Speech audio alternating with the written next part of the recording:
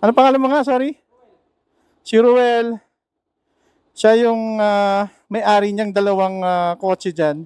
Hello, hello, hello, hello. Mic test, mic test. Alright. So, nakakabit na yung ating Insta360 360 X5 dito sa ating motor na sana hindi siya matanggal. Hindi kaya masyadong mataas siya, no? Mukhang masyado siya mataas eh. Anyway, madali lang naman palitan mamaya yan. First time natin gamitin tong ating X5 sa biyahe. O, hindi naman siya matanggal. Sana. Kasi may double lock tong aking locking mechanism eh. So, nag-back up tayo ng audio. Huwag kang mabali, huwag kang mabali. So, nag-back up ako ng audio mga parts para just in case na hindi maganda yung audio ng Insta360 Air. So, para at least meron tayong backup. Same time, nakasaksak na rin yung ating cable na USB Type-C sa kanya. So, mukhang hindi naman siya bibigay. Mukhang bibigay nga siya. Kailangan niya ata ito, naka-ruska eh. Naka-screw. Kung bibigay ito, parts. Nakakaban ako dito ah. Mukhang bibigay siya, no? Dahan-dahan lang tayo. Temporary lang yan kasi yung aking cage parating pa lang eh. So ngayon, pag matanggal yan, edi bye-bye. Though meron naman siyang yung Insta360 niya na lock sa ilalim, yung mount. Meron siyang double lock eh. Hopefully yung ngipin niya hindi bibigay. Yung mga siya, wini-wiggle-wiggle lang siya eh. Imuyug-yug lang siya. Yun lang yun. Pero feeling ko kailangan yata dito yung mas maliit na mount, na motorcycle mount. Pag sa lubak to, delikado. Tsaka dapat naka-ruska na siya talaga. Dapat pala dala ko yung naka-ruska na siya, naka-screw. O ruska pa tawag doon? O naka-screw na siya sa ilalim. Mas safe yun eh. Sana yung order ko from Timo darating na. Tingnan natin kung okay pa ba yung audio ko. Okay pa naman. Again, meron tayong backup na audio dito. So, just in case natin tabunan. Bago-bago pa naman. So, mukhang hindi naman yata bibigay ito. Saka wala pa siyang lens protector. Huwag lang talagang malubak. Gumagalaw. Natin yung stress. Hindi pa yan. Bago-bago pa. Siguro mga a few months kung lagi mo siyang gamit tapos gumalagyog siya ng ganun. May possibility na matatanggal siya. I think yung stem ko dapat dito maliit lang talaga. Sakto lang. Kasi mahaba na yung mahaba na yung X5 eh. So kung mahaba na yung X5, may tendency talaga siya na tumaas pa siya lalo. Kahit ganito lang kalaki yung aking stem. Ganito lang yun, no? Dapat mga ganyan lang kalaki yung stem. So pag nalubak ka dito, may stress talaga yung clip niya dyan sa loob. May tendency na bibigay siya. Which is yun ang kailangan natin iwasan. Anyway, parating na rin naman yung in-order ko sa Timo.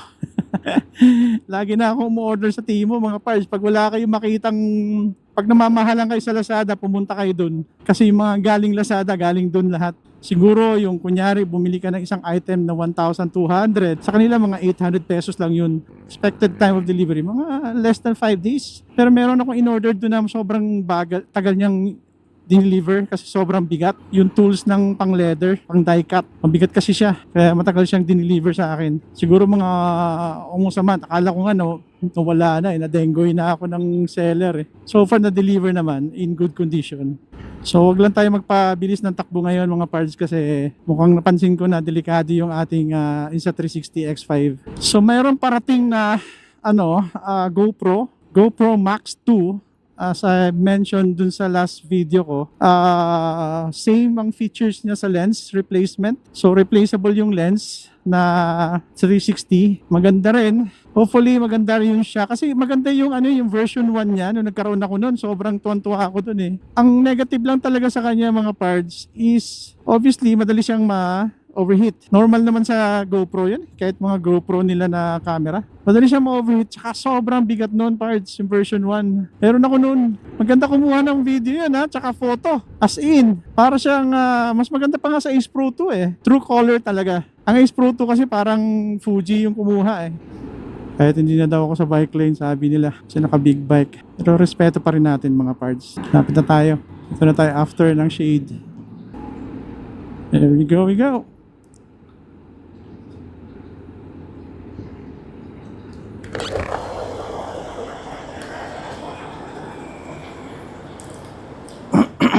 St. Peter. Uy, nasaan siya? Lumagpas ako lang yung buhay to.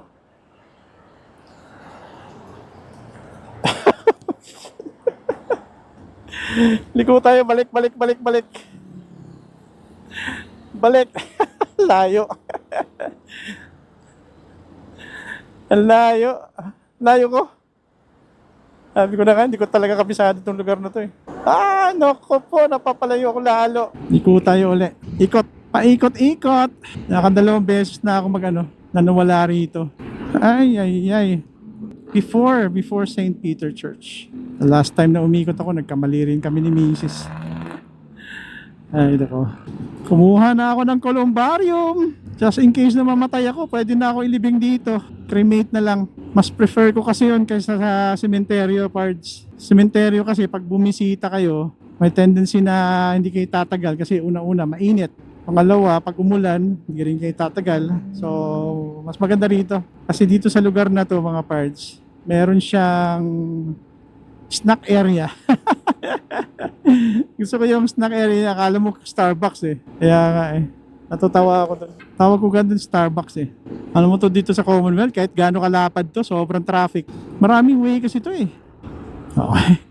Nandito na tayo Huwag ka lumagpas. So, itong ginagawa natin ngayon parts tinitesting lang natin yung microphone natin. Pero naka-back up tayo ngayon. Yun. This is it, pansit.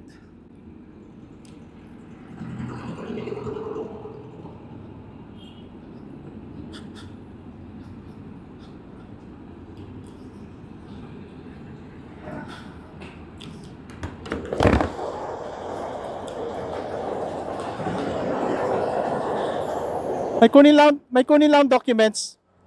May kinuha akong lote dyan eh. Kunin ko lang yung documents. Dito na lang pwede? Madali lang to. Pipick upin ko na lang.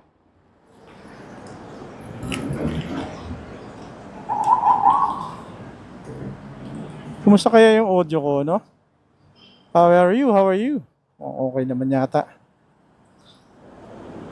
Stop recording.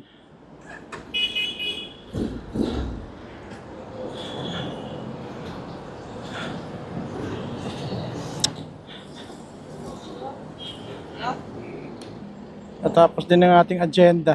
Hopefully maganda yung ating audio para magamit na natin itong helmet natin. Kasi sayang pag hindi magamit. Uy. Hindi niya ma-detect yung susi. Weird tong aking ayaw ma-detect yung susi. Wait lang ha. Ayaw ma-detect Susi ko ayaw ma-detect. Weird to itong aking talaga. Nasa pulsa lang naman siya. Alright. Sana maganda yung ating audio mga parts. At meron naman tayong backup dito na nakasabit sa ating leeg. Dami kong audio daming backup. Try natin to i-edit sa laptop mamaya. Download tayo ng application ng Insta360 para mas ma-appreciate natin siya lalo.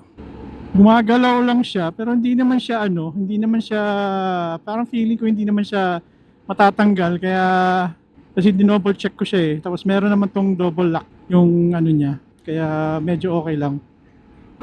So yun nga, itong X5 pala wala siyang 1080p. Sa X4 lang yata meron. So, wala kang other choice. Kaya mag 4K ka na lang. Pagsawaan mo sa 4K resolution ang Insta360. Di ko pa rin mabili-bili yung helmet na gusto ko na ibabiyahe natin, gamitin natin sa travel sa Davao. Mga parts. Yung helmet na yun? Gustong-gusto ko yun Parang ito, gustong-gusto ko rin naman to. Kulay red. Unique lang. Ang red naman pwede siya kahit saan Pwede sa black, pwede sa gray, sa silver. Hindi lang yata siya bagay sa kulay green tsaka yellow. Parang out of place siya. So malalaman natin mamaya kung maganda ba yung ating ang ating audio. So ayan, patayin na natin dito. Hanggang dito na lang tayo mga parts. So this is just a test actual test ride sa ating audio na connected sa Insta360 X5, ang ating Insta Air mic. So hopefully maganda. Alright, always remember, stay safe, ride safe. God bless. Bye. Stop recording.